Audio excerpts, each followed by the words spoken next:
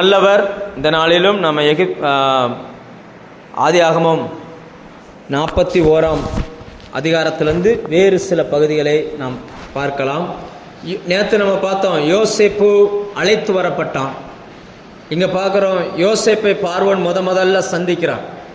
சந்திக்கும் பொழுது சொல்லுகிறார், எடுப்பில் டைரக்டாக சொல்கிறார், ஒரு சொப்பனம் கண்டேன், அதன் அர்த்தத்தை சொல்ல தக்கவன் ஒருவனும் இல்லை அப்படின்னு சொல்லிட்டு சொல்லுகிறார். அந்த சொப்பனம் என்ன, நீ அதன் சொப்பனத்தின் ஒன்றை யாராவது அவன் சொல்கிறான், ஒரு சொப்பனத்தை கேட்டால் அதன் அர்த்தத்தை சொல்லுவாய் என்று உன்னை குறித்து நான் கேள்விப்பட்டேன் என்றான்.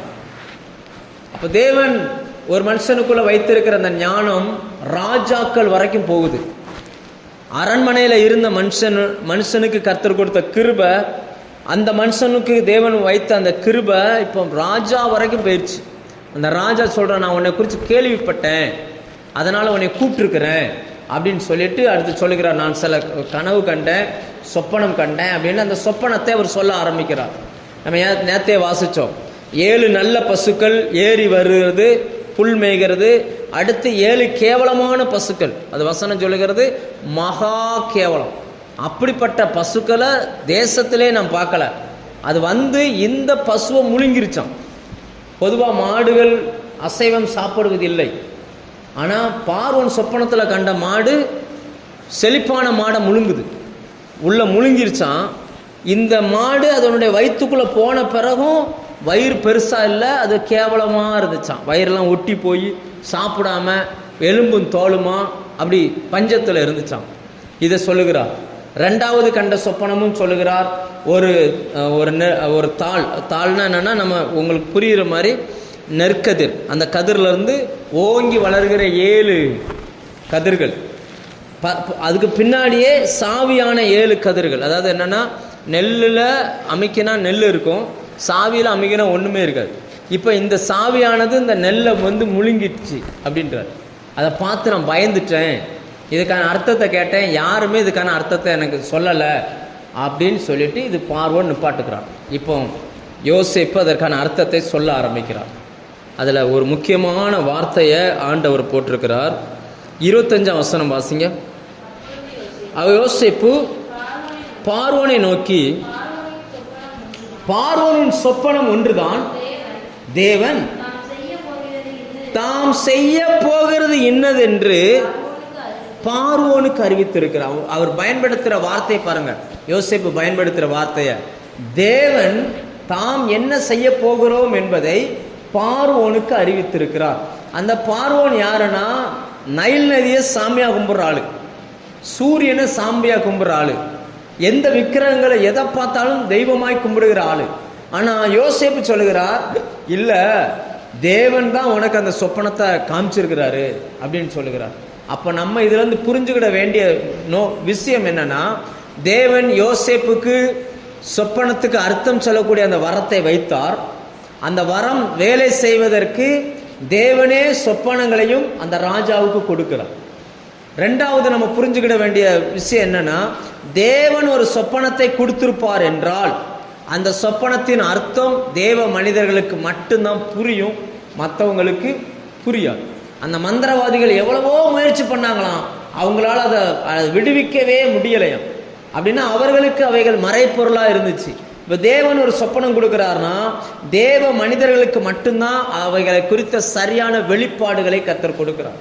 அதனால தான் பைபிள் சொல்லுகிறது, ஆவிக்குரியவன் ஆவிக்குரியவைகளை ஆவிக்குரியவைகளோடு சம்பந்தப்படுத்தி காட்டுகிறான் அப்படின்னு சொல்லி. ஆவிக்குரியவன் எல்லாவற்றையும் நிதானிக்கிறான் அப்படின்றாங்க. அப்போ தேவனுடைய அந்த ஆவியானவர் யோசேப்புக்குள்ளே இருந்ததுனால அந்த சொப்பனத்தை கரெக்டாக அனலைஸ் பண்ணி அவர் சொல்ல ஆரம்பிக்கிறார். அதனுடைய அர்த்தத்தை சொல்லுகிறார். 7 பஞ்ச காலம் வருது, 7 நல்ல நாட்கள் வருது, 7 வருஷம். அந்த நல்ல வருஷத்தில் எகிப்தில் விளைச்சல் பயங்கரமான விளைச்சலாக இருக்கும். எந்த பக்கம் திரும்பினாலும் ஆசீர்வாதம், எந்த பக்கம் திரும்பினாலும் செழிப்பு இருக்கும். அப்போ ஜனங்கள் நிறைய செழிப்பு வந்த உடனே ஜனங்கள் வந்து சேர்த்து வைக்கிற பழக்கம் வந்து குறைய ஆரம்பிக்கும். அடுத்து பஞ்சம் வருகிறது. அந்த பஞ்சம் வந்துச்சுன்னா அந்த செழிப்பெல்லாம் மறக்கிற அளவுக்கு அந்த பஞ்சம் இருக்கும் அப்படின்றார். அப்போ அதோட நிப்பாட்டாம அடுத்த ஒரு ஆலோசனையை அவருக்கு சொல்லி கொடுக்குறார். என்ன அப்படின்னாச்சுன்னா, ஒன்று செய்வோம், நல்ல ஒரு ஆளை அதிகாரியாக வைங்க. அந்த அதிகாரி என்ன செய்யணும்னா, ஒவ்வொரு ஏரியாவுக்கும் என்ன சொல்லுவாங்கன்னா அந்த அதில் என்ன வார்த்தை பயன்படுத்தி இருக்கிறாரு, 34 வசனம் 34.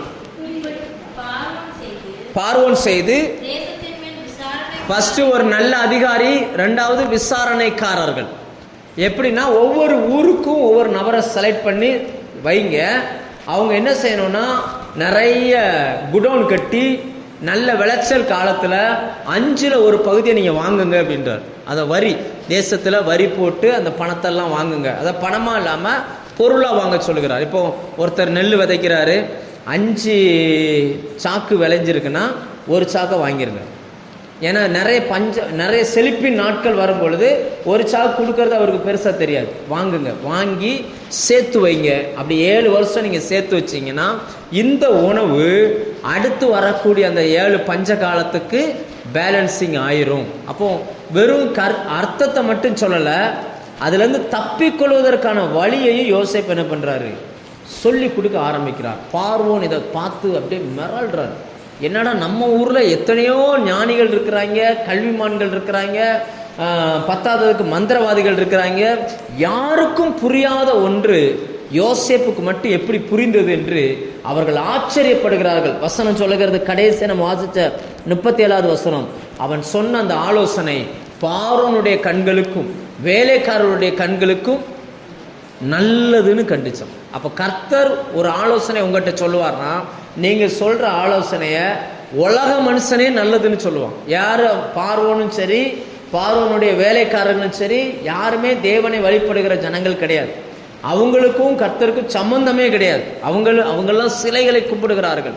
அவங்களுக்கு தேவனை குறித்த எந்த அறிவும் கிடையாது. ஆனால் ஒரு தேவ மனுஷன் ஒரு வார்த்தையை சொன்ன உடனே அந்த நாட்டு ராஜாவும் ஒத்துக்கொள்ளுகிறான், வேலைக்காரர்களும் ஒத்துக்கொள்ளுகிறார்கள். அப்போ இதுலேருந்து நம்ம என்ன தெரிஞ்சுக்கிறோம்னா, கர்த்தர் உங்கள் கூட இருப்பார்னா நீங்கள் பேசுகிற வார்த்தையை ஆளுகிற தலைவர்களாக இருந்தால் கூட மறுத்து பேச மாட்டார்கள், அதுக்கு அப்படியே கீழ்ப்பணிவார்கள். அந்த ஸ்பிரிட், அந்த ஆவி யோசேப்புக்குள்ளே இருந்துச்சு. அதனால தான் ராஜாவை பார்த்து இந்த வார்த்தையை சொல்லுகிறான். வெறும் சொப்பனத்தை மட்டும் சொல்லிட்டு ரைட் சொப்பனத்தை இதான்ப்பா சொப்பனம் அப்படின்ட்டு நிப்பாட்டலை. அந்த சொப்பனத்திலிருந்து அந்த தேசம் தப்புவதற்கு என்ன வழி என்கிறதை அவன் சொல்லி கொடுக்க ஆரம்பித்தான். லேலோயா. ஸோ இங்கே தான் யோசேப்பினுடைய அடுத்த வளர்ச்சி ஸ்டார்ட் ஆகுது. ஆலோசனை கொடுக்கிறது, தேசத்தை காப்பாற்றக்கூடிய ஆலோசனை. முதல்ல நம்ம யோசேப்பு அப்படி வரிசையை பார்த்தீங்கன்னா, ஃபஸ்ட்டு சகோதரர்கள் தவறு செய்யும் பொழுது அதை அப்பாட்ட போய் சொல்கிறான். ரெண்டாவது அந்த சகோதரர்கள் வேற தூக்கி விற்ற பிறகு வருகிற வீட்டில் என்னென்ன அந்த வீட்டினுடைய எல்லா காரியத்தையும் பொறுப்பாக பார்த்துக்கிறார். அடுத்து மறுபடி பொய்யான குற்றச்சாட்டுக்கு ஆளாய் ஜெயிலுக்கு போனாலும் ஜெயிலில் இருந்தும் அங்கே இருக்கிற எல்லாரையும் என்ன செய்கிறாரு, வேலை வாங்குறார். ஜெயிலுக்கு வர்றவங்களாம் நல்லவனா வருவான்? ஜெயிலுக்குள்ளே வர்றவன் நல்லவன் வருவானா, கெட்டவன் வருவானா? தப்பு செஞ்சவன் வருவானா, தப்பு செய்யாதவன் வருவானா? கெட்டவன், தப்பு செஞ்சவன், திமிரு பிடிச்சவன், அவன் தான் வருவான். யோசேப்பு தான் அத்தனை பேர் என்ன செஞ்சிருக்காரு, வேலை வாங்கியிருக்கிறார். இத்தனைக்கும் யோசேப்பு வேற நாட்டு சேர்ந்தவர், ஒரு வாலிபன், ஒரு பிள்ளையாண்டான். வசனம் கூட நேற்று நம்ம படித்தோம். பிள்ளையாண்டான், எகிப்தேன் என்னும் ஒரு பிள்ளையாண்டனை நான் கண்டிருக்கிறேன் அப்படின்றான். அது சின்ன வயசு. இப்போ அந்த 30 வயசுல பார்வோனுக்கு முன்னாடி போய் நிற்கிறார். நின்று இந்த காரியத்தை சொல்லுகிறார். பார்வோனுக்கு எத்தனை வயசுன்னு தெரியல, நல்ல அனுபவம் உள்ள மனுஷனாக இருந்திருக்கணும். ஆனாலும் அவர் சொல்லுகிறான், இத்தனை வருஷமா நான் தேசத்தில் அதிபதியாக இருந்தோம், இப்படிப்பட்ட கேவலமான பசுக்களை நான் எங்கேயுமே என்ன செய்யலை, பார்க்கல. அப்படின்னா அவர் தலைமுறையிலே வராத ஒரு பஞ்சம் வரப்போகுது அப்படின்னு அர்த்தம். ஆண்டவர் பாருங்க யோசேப்பை எவ்வளவு ஞானத்தினால் நிரப்பி இருக்கிறார் அப்படின்னு சொல்லி. நாம் இன்னைக்கு ஒரு தேவ பிள்ளையாக இருப்போம்னா, நீங்கள் வேலை செய்கிற இடத்துல, படிக்கிற இடத்துல, இயேசுவை அறியாத டீச்சர்ஸ், இயேசுவை அறியாத ஸ்டூடெண்ட்ஸ், இயேசுவை அறியாத ஜனங்களுக்கு மத்தியில் கர்த்தர் உங்களை ஒரு யோசேப்பை போல பயன்படுத்தணும். விட தெரியாமல் தடுமாறி நிற்கிற காரியங்களுக்கெல்லாம் உங்கள் மூலமாக ஆண்டவர் ஒரு தீர்வை தரணும். ஏன்னா அப்படிப்பட்ட ஞானத்தை கர்த்தர் உள்ளே வச்சிருக்கிறார். லேலூயா. பழைய ஏற்பாடில் தான் ஞானம்னு தனியாக கொடுக்கப்பட்டது. ஞானம் என்பது பழைய ஏற்பாடில் தனியாக கொடுக்கப்பட்டுச்சு. புதிய ஏற்பாடில் வரும்பொழுது ஞானம் என்பது தனியாக வரலை. இயேசு தான் ஞானத்தின் ஒத்த உருவம். அவரே ஒரு மனுஷனுக்குள்ளே வந்துருந்தார். நீங்கள் 1 கொரிந்தியர் 1ஆம் அதிகாரம் கடைசி வசனம் வாசிங்கன்னா, அவரே தேவனால் நமக்கு நீதியும் ஞானமும் மீட்பும் பரிசுத்தமும் ஆனார் அப்படின்றது. அப்போ அவர் நமக்குள்ள வந்து விடுகிறார். வந்தா அந்த ஞானம் இன்னைக்கும் நமக்குள்ள வேலை செய்யுது. லேலுயா, இன்னைக்கும் வேலை செய்யுது. ஒரு முறை கண்காடியா ஸ்கூலில் நாங்கள் திருமணத்துக்கு முன்னாடி வாலிபர்களாக கூடி ஜெபிக்கும் போது ஒரு தம்பி வந்திருந்தான், ஒரு ஃப்ரெண்டு. அவன் வந்து இந்த தங்க நகை செய்யக்கூடிய தொழில் செய்யக்கூடிய மனுஷன். தங்க அந்த என்ன சொல்லுவாங்க, அதை கொல்லப்பட்டது தானே அதுக்கு பேர், தங்காசாரி. அது அவருக்கு அந்த தங்கத்தை நகையாக செய்யக்கூடிய ஆள்.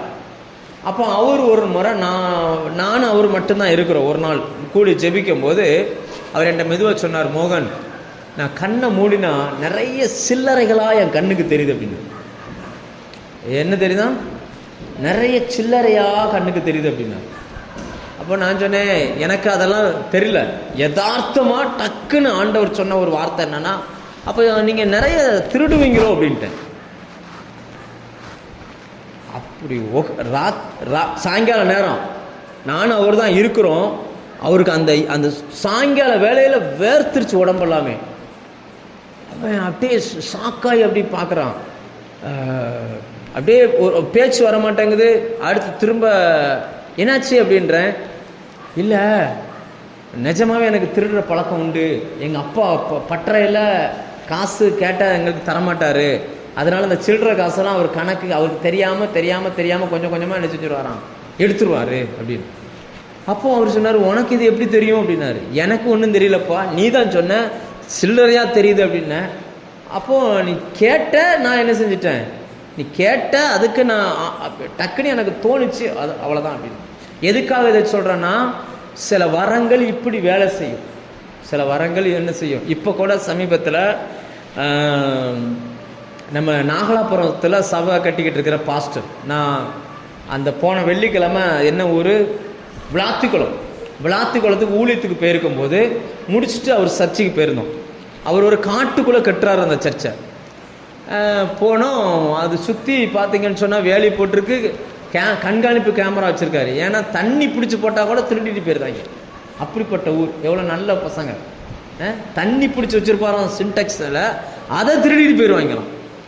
அதுக்காகவே கேமரா மாட்டியிருக்கு. அங்கே போன உடனே அவரும் அவருடைய மனைவி வந்திருந்தாங்க. அப்போ அவர் ஜோம் பண்ணுங்க பாஸ்டர் அப்படின்னாரு. அப்போ ஜோம் பண்ணும்போது அப்படி ஜோம் பண்ணிகிட்டே இருக்கும்போது ஆண்டவர் ஒரு வார்த்தை சொல்கிறாரு, இவன் எப்படி இந்த சர்ச்சை கட்டிடுவான்னு பார்ப்போன்னு சொல்லி நிறைய பேர் ஏளனமாக பார்க்குறாங்க. அவங்க கண்ணு முன்னாடி கர்த்தர் இந்த ஆலயத்தை கட்டி கொடுக்கறதுக்காக கர்த்தருக்கு ஸ்தோத்திரம் அப்படின்னு சொல்லி ஜோம் பண்ணிட்டு முடித்த உடனே நான் சொல்கிறேன், நிறைய பேர் உங்களை ஏளனமாக பார்க்குறாங்க, என்ன பாஸ்டர் அப்படின்னு. அவர் ஒரு மாதிரி ஆயிட்டார். அப்போ அவர் அழாத குறைய சொன்னார், என் கூட பிறந்த தம்பியே, என் கூட பிறந்தவங்களே இப்படி பார்க்குறாங்க. நம்ம சபையில் இருந்த விசுவாசி நிறைய பேர் வெளியில் போயிட்டாங்க, அவங்களே இப்படி சொல்கிறாங்க, நம்ம பணம் கொடுக்காம நம்ம பாஸ்டர் எப்படி இதை கட்டிடுவார் பார்த்துருவோம் அப்படின்னு சொல்லி ஏளனமாக பார்க்குறாங்க. வெளியில் தலை காட்ட முடியலை, ரொம்ப அவமானமாக பார்க்குறாங்க, ரொம்ப இப்படியெல்லாம் பண்ணுறாங்க. உங்களுக்கு எப்படி தெரிஞ்சிச்சு அப்படின்னாரு. அவரும் ஊழியக்காரர் தான், ஆனால் ஆண்டவர் எதுவும் சொன்னாரா உங்களுக்கு? ஆண்டவர்லாம் ஒன்றும் சொல்லலை. ஏன்னா வசனம் என்ன சொல்லுதுன்னா, நாவின் பிரதியுத்தரம் கர்த்தரால் வரும். நம்ம பேசுகிற வார்த்தை யார் தர்றது? கர்த்தர் தர்றது. அப்போ இந்த வார்த்தையை சொல்லி நம்ம ஜெபிக்கிறோன்னா ஆண்டவர் அவங்களுடைய பாரத்தை என்ன செய்கிறார், நமக்கு அந்த வார்த்தையாக சொல்கிறார். இதே தான் யோசேப்பு அவங்களுக்கு சொல்லுகிறார். இப்போ சொப்பனத்தோடு மட்டும் நிற்கலை, இதுதான் சொப்பனம்னு சொல்லிட்டு அடுத்து அவருக்கு அந்த ஆலோசனை சொல்கிறாரு பாருங்க. இப்போ இது வரைக்கும் சொப்பனம் சொன்னது ஒன்று, சொப்பனத்துக்கு அர்த்தத்தை சொல்லிட்டு அதில் தப்புவதற்கு என்ன வழி அதையும் அவர் சொல்லிக் கொடுக்க ஆரம்பிக்கிறார். அந்த தப்புவதற்கு வழி சொன்னார் பார்த்தீங்களா, அதுதான் யோசேப்பை உயர்த்துவதற்கு முக்கியமான காரணம்.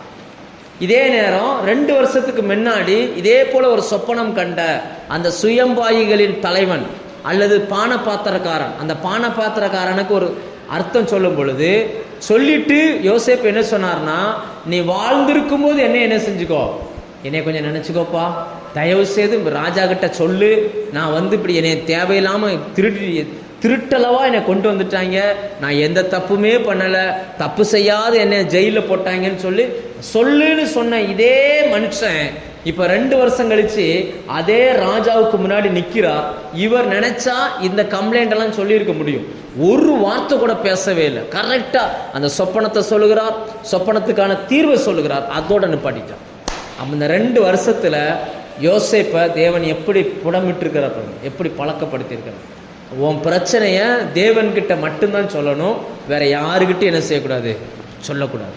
எனக்கு இது வேணும்னு சொல்லி யாருக்கிட்டையுமே போய் நிற்கக்கூடாது. ஏன்னா யோசேப்பு நினைச்சிருந்தா அன்னைக்கு ராஜா கிட்ட சொப்பனத்தை சொல்லி முடிச்சுட்டு என்னை எங்கள் ஊருக்கு அனுப்பிடுங்க அப்படின்னு கேட்டிருந்தா அவர் என்ன செஞ்சிருப்பாரு, கண்டிப்பாக அனுப்பி விட்டுருப்பார். ஏன்னா யாருக்கும் தெரியாத அந்த ஞானம் யோசேப்புக்குள்ளே இருந்துச்சு. ஆனால் யோசேப்பு அதை கேட்கல, அந்த அர்த்தத்தையும் சொன்னார். சொல்லிட்டு இந்த ஒட்டுமொத்த ஜனங்களும் தப்புவதற்கு என்ன வழின்றதையும் சொல்லி கொடுத்தார். அது அந்த ராஜாவுக்கு மிகவும் பிடித்து போனது.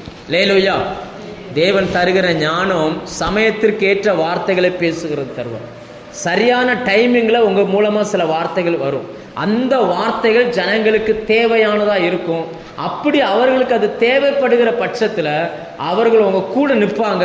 உங்கள் ஊழியம் அடுத்த லெவலுக்கு மாறிடும். லேலூயா. ஸோ இதுதான் ரொம்ப ரொம்ப முக்கியமானது. இதைத்தான் புதிய ஏற்பாட்டில் அறிவை உணர்த்தும் வரம்ன்றாங்க. அது என்ன சொல்கிறாங்க, அறிவை உணர்த்தும் வரம்.